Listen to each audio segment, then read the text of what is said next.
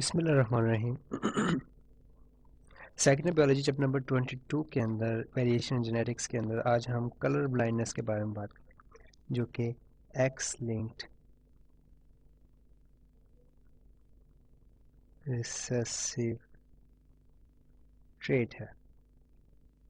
जैसे हम डिजीज़ भी कह सकते हैं कि ये एक बीमारी की तरह होता है। X linked recessive disease that is known as colour blindness. So आपके सामने 5 पिक्चर्स मौजूद हैं जिसके ऊपर कुछ नंबर्स लिखे हुए हैं। ठीक है, इन नंबर्स को अगर आप रीड कर सकते हैं तो इसका मतलब ये है कि आप नॉर्मल हैं। ठीक है, अगर में से किसी एक फिगर के भी नंबर के अंदर अगर आपको प्रॉब्लम है या आपने सही नहीं देख सकते तो इसका मतलब है कि आपको कलर ब्लाइंडनेस है। मतलब सबसे पहले इस फिगर के अंदर 12 लिखा हुआ है। दैन सेकंड के अंदर अगर आप वो करेंगे तो आपको 2 का आंसर नज़र आएगा। इसके अंदर 42, इसके अंदर 74 एंड दिस वन इज 6। सो अगर आपको ये डिजिट्स क्लियर नज़र आ रहे हैं, मतलब इतने क्लियर नहीं है, मतलब फिर भी आप रीड कर पा रहे हैं फिगर्स के अंदर, इसका मतलब ये कि आप नॉर्मल हैं। लेकिन अगर आपको इसमें किसी एक में भी प्रॉब्लम आ रही है इसका मतलब ये कि आपको कलर ब्लाइंडनेस है। सही। सो अब हम आते हैं कलर ब्लाइंडनेस बेसिकली होती क्या है। कलर ब्लाइंडनेस, सो कलर ब्लाइंड नाम से जाहिर है कि ऐसी बीमारी जिसके अंदर आप कलर्स की डिफ्रेंशिएशन ना कर सकें। Colours can not be differentiated.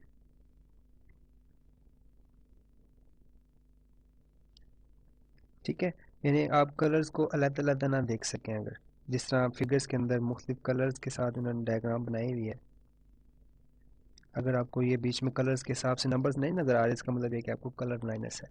अब इसकी वजूहात क्या होती हैं, what are the causes. Causes जानने से पहले आपको थोड़ा बहुत आइडिया होना चाहिए कि इन नॉर्मल आई जो सा है, जो कलर्स हैं, ठीक है, रंग जो से होते हैं, ये कौन सेल्स रीड करते हैं। ठीक है, और जबकि ब्राइटनेस के लिए उसमें आई के अंदर वो रॉड सेल्स होते हैं। ठीक है, कि कौन सेल्स उनसे थे वो कलर को रीड करते हैं और जो ब्राइटनेस है वो रॉड सेल्स कंट्रोल करते हैं। तो जो कौन सेल्स हैं, ठीक है, they are basically of 3 types. कौन सेल्स आर ऑफ 3 टाइप्स, और वो 3 के 3 टाइप्स जो उनसे हैं वो 3 प्राइमरी कलर्स को फोकस करते हैं। 3 प्राइमरी कलर्स को वो रीड करते हैं। 3 primary colours are read by या read by this cone cells. Cone cells यानी तीन किस्म के होते हैं और तीनों प्राइमरी कलर्स को वो रीड करते हैं। और प्राइमरी कलर्स का आपको थोड़ा बहुत आइडिया चाहिए कि देर आर RBG। ठीक है, कि red, blue and green, this are the 3 basic primary colours. यानी इनको अगर आप मिक्स करें मुख्तलिफ रेशो के हिसाब से तो आपके पास सारे कलर्स आ जाएंगे। So this are 3 primary colours. और इसके लिए हर एक के लिए अलहदा कौन सेल्स होते हैं। बेसिकली कौन सेल्स नहीं होते, कौन सेल्स के अंदर 3 किस्म की ऑप्सिन्स प्रोटीन्स बनती हैं। 3 टाइप्स ऑफ ऑप्सिन्स प्रोटीन्स होती हैं जो कि इन 3 कलर्स को रीड करती हैं। ठीक है, यानी नॉर्मल आई के अंदर कलर्स के लिए कौन सेल्स हैं और ब्राइटनेस के लिए रॉड सेल्स मौजूद होते हैं। ठीक है, कौन सेल्स के अंदर फिर ऑप्सिन्स प्रोटीन्स होते हैं जो 3 बेसिक कलर्स को रीड करते हैं। यानी जो लाइट आती है उसमें कलर्स की डिफ्रेंसिएशन के लिए कौन सेल्स है जिसके अंदर ऑप्सिन्स प्रोटीन्स होती हैं जो कि 3 किस्म की हैं। सही। अगर इन ऑप्शंस प्रोटीन्स, जो कि ऑप्शंस क्या हैं, प्रोटीन्स है ना, और प्रोटीन्स किससे बनती हैं, डीएनए से, जो कि न्यूक्लियस के अंदर मौजूद होता है। अगर डीएनए के अंदर कहीं म्यूटेशन आ जाती है, म्यूटेशन, तो ये ऑप्शंस प्रोटीन सही तरीके से नहीं बन पाएंगी। ठीक है, अगर म्यूटेशन की वजह से या तो वो रेड रीड नहीं कर पाएगा, या फिर वो ब्लू रीड नहीं कर पाएगा, और या फिर वो ग्रीन रीड नहीं कर पाएगा, तो उसमें फिर कलर डिफ्रेंसिएशन के अंदर प्रॉब्लम हो। अगर if there is a mutation, जिस तरह हमने प्रीवियस लेक्चर के अंदर भी बात की थी कि हीमोफीलिया क्यों आता है, क्योंकि कहीं ना कहीं म्यूटेशन हो चुकी होती है। एक्स क्रोमोसोम के ऊपर जो हीमोफिलिक जीन है 9 और 8 का, उसमें किसी एक में म्यूटेशन हो जाए तो फिर हीमोफीलिया काज करता है। इसी तरह ऑप्सिन प्रोटीन्स के जो जीन्स है अगर उसके अंदर म्यूटेशन हो जाती है तो उसकी वजह से फिर कलर ब्लाइंडनेस हो सकती है। ठीक है, यानी काजेस क्या हैं इसके अंदर? Simple mutation. ठीक है, म्यूटेशन बाद जेनेटिक सेटअप चेंज होता है, म्यूटेशन कहते हैं यानी स्पॉन्टेनियस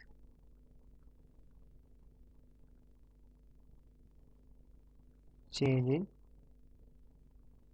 जीनोम। ठीक है, कि जीनोम के अंदर चेंज आ जाता है, जीनोम के अंदर कह लें या जेनेटिक मेकअप के अंदर कह लें।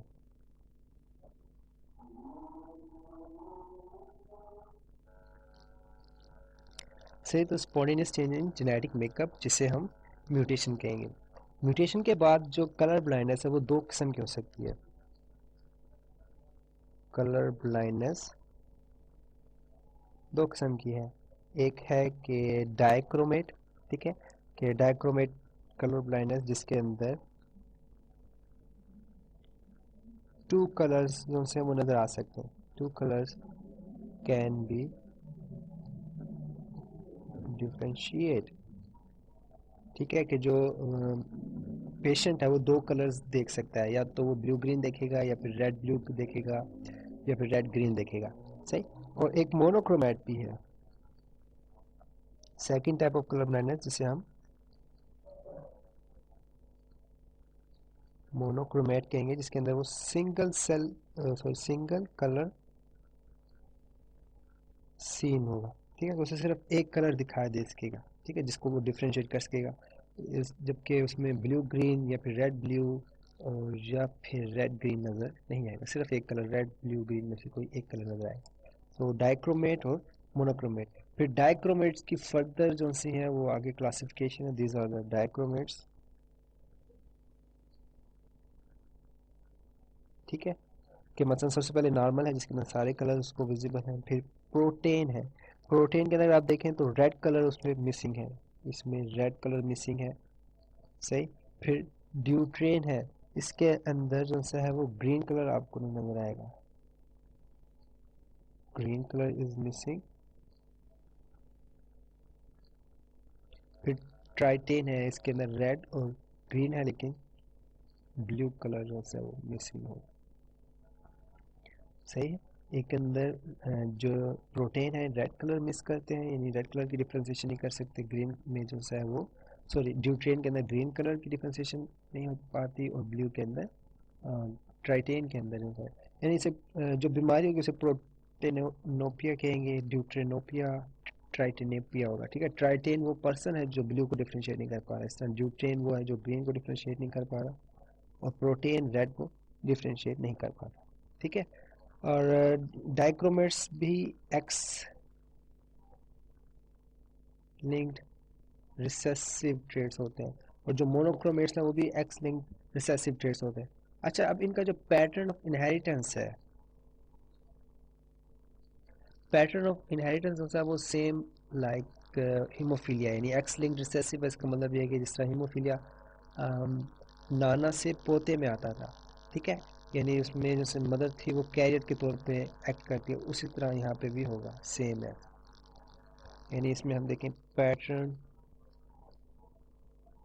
Of inheritance of colour blindness.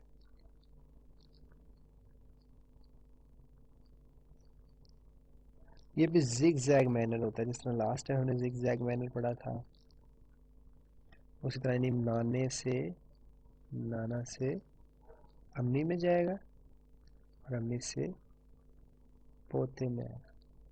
सो नाना से पोते में अम्मी जो सी होगी वो उसकी सिर्फ कैरियर होगी। कैरियर से क्या मराद है कि इसके पास जीन मौजूद होगा लेकिन उसके अंदर बीमारी नहीं होगी, जबकि नाना और पोते में बीमारी होगी, ये दोनों कलर ब्लाइंड होते हैं। सही, फिर वही जिग जैग मैनर जिस तरह हमने हीमोफीलिया के अंदर पढ़ा था।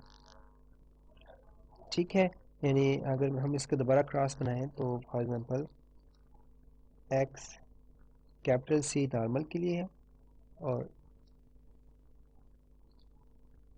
एक्स स्मॉल सी जो सा है वो जो सा कलर ब्लाइंडनेस के लिए। हाँ सॉरी, सो एक कलर ब्लाइंड फादर है, इसको क्रॉस करवाते हैं हम।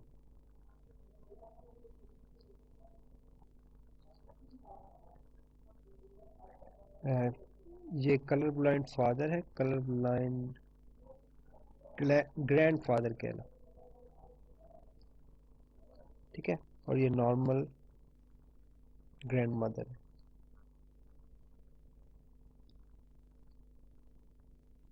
ठीक है, इनका क्रॉस है तो X capital C, X small C, X capital C, और वाई फिर एक्स कैपिटल सी और एक्स स्मॉल सी, सही, फिर एक्स कैपिटल सी और वाई, तो ये दोनों कैरियर हैं, these are and these two are carrier।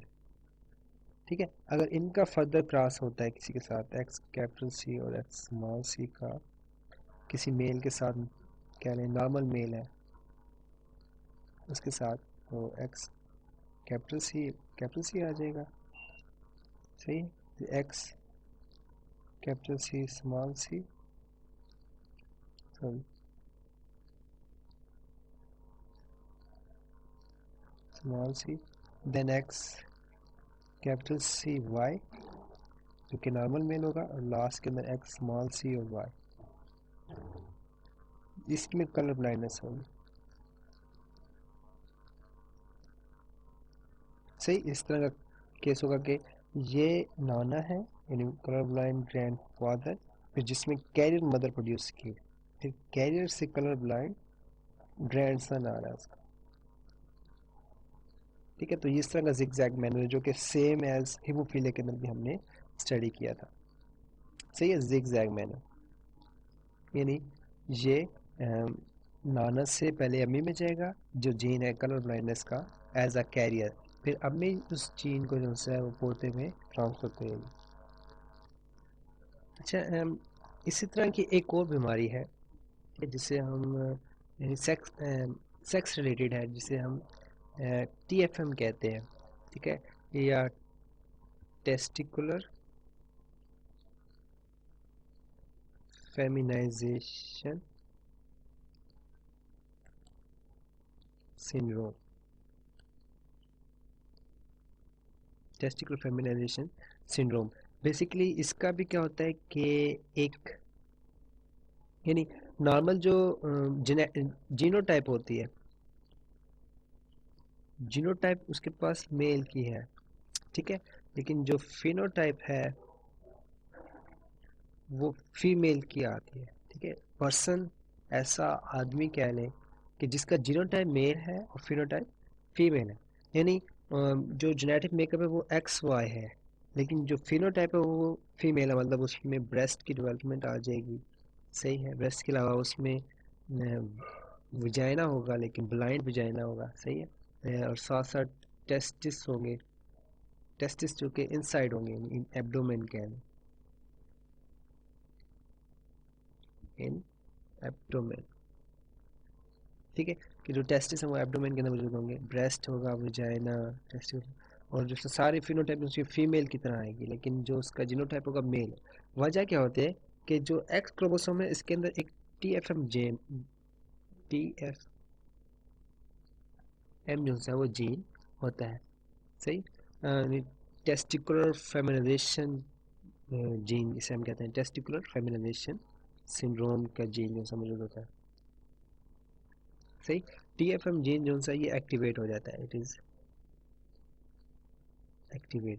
इसकी एक्टिवेशन होने की वजह से फिर क्या होता है कि वो उसके ब्रेस्ट डेवलपमेंट हो जाती है, वजाइना, यानी सब कुछ उसका फिनोटाइप है, जो अपीयरेंस होगी वो फीमेल की तरह होती है। तो फिर क्या होता है कि वो यूजुअली मैरिड होते हैं लेकिन वो स्टीराइल होते हैं, स्टीराइल से मार कि नो चाइल्ड बर्थ, ठीक है, कि आगे उनकी जनरेशन नहीं आती, नहीं, वो आगे बच्चे पैदा नहीं कर सकते, सही। तो होता है क्या है कि यानी जो TFM जीन है उसके अंदर कह लें कि एक किस्म की म्यूटेशन आ जाती है, और वो फिर क्या होता है कि उन्हें फीमेल्स के अंदर डेवलप कर देता है, ठीक है ना। TFM जीन जो है वो रिस्पॉन्सिबल है टेस्टिकुलर फेमिनाइजेशन सिंड्रोम के अंदर, सही। और ये भी एक किस्म की मतलब इसके अंदर आप इसे हेरिडिटरी डिजीज़ नहीं कह सकते क्योंकि हमारे पास चाइल्ड बर्थ ही नहीं आ रही, लेकिन ये एक्स लिंक्ड जो TFM जीन है ये भी एक्स लिंक्ड होता है, इसलिए इसे साइड पे डिस्कस किया गया है। सही। ओके, आपकी बुक के अंदर एक एक्टिविटी आ रही है, एक्टिविटी जहाँ से इसमें क्या है कि जी एक यानी वो उसमें जो स्टेटमेंट ये है कि a sex linked recessive allele C produces red blindness, its normal dominant allele is C। ठीक है, यानी उसने शुरू में ब्रीफ किया केस को। और normal woman whose father was red blind, ठीक है, यानी उसका जो फादर था वो रेड ब्लाइंड था, मतलब मैं इसे लिखूँ तो XC और कैपिटल Y, ठीक है, ये स्मॉल c है। सही, whose father was red blind marries a red blind man, यानी इसका फादर भी रेड ब्लाइंड था। रेड ब्लाइंड होने से क्या मुराद है कि जो डॉटर थी बेसिकली वो कैरियर थी। सही है, यानी हमारे पास जो डॉटर है वो कैरियर है। अच्छा, वो कहता है कि आगे इसकी जो मैरिज है अगेन वो किससे हो रही है, रेड ब्लाइंड मैन से, यानी वो भी XC और कैपिटल Y। अब कह रहे हैं कि इसकी कितनी परसेंटेज होगी, जो प्रोपोर्शन होगी जो चिल्ड्रन कलर ब्लाइंड होंगे। तो अभी हम क्रॉस करते हैं, for example females first will be, ये भी कलर ब्लाइंड होगी, नेक्स्ट ये नॉर्मल, और नेक्स्ट सॉरी ये एक्स होगा, ये भी नॉर्मल। तो 50% जो से होंगे वो इनके कलर ब्लाइंड होंगे, ठीक है, और 50% उनके नॉर्मल होंगे। 50% कलर ब्लाइंड, 50% नॉर्मल। सही। सो इस तरह आपने यानी कोई भी ऐसी एक्टिविटी है जो हमने पीछे भी एक दो छोड़ी हैं, उनको अगर आपने चेक करना है आप सिंपल उसको क्रॉस कराएंगे और उसके बाद जो आपके पास परसेंटेज आएगी उसके मुताबिक से आप इसकी रेशो या परसेंटेज आगे आप डिस्क्राइब करेंगे। सही। सो ये हो गया आज का हमारा लेक्चर जो कि कलर ब्लाइंडनेस के ऊपर था, और ये रिसेसिव थे, यानी ये सब एक्स लिंक्ड रिसेसिव थे। रिसेसिव इसलिए कहा जा रहा है क्योंकि अगर एक भी नॉर्मल जीन हो, मतलब जिस तरह इसके अंदर एक नॉर्मल जीन है, तो ये कैरियर कहलाएगा, डिजीज नहीं है बट कैरियर की स्टेज। जबकि जब हम आगे डोमिनेंट पढ़ेंगे, डोमिनेंट के अंदर जो इवन जिसके पास एक जीन भी होगा वो भी डिजीज कहना चला जाएगा। अगला लेक्चर जो है वो हम एक्स लिंक डोमिनेंट इनहेरिटेंस के बारे में बात करेंगे।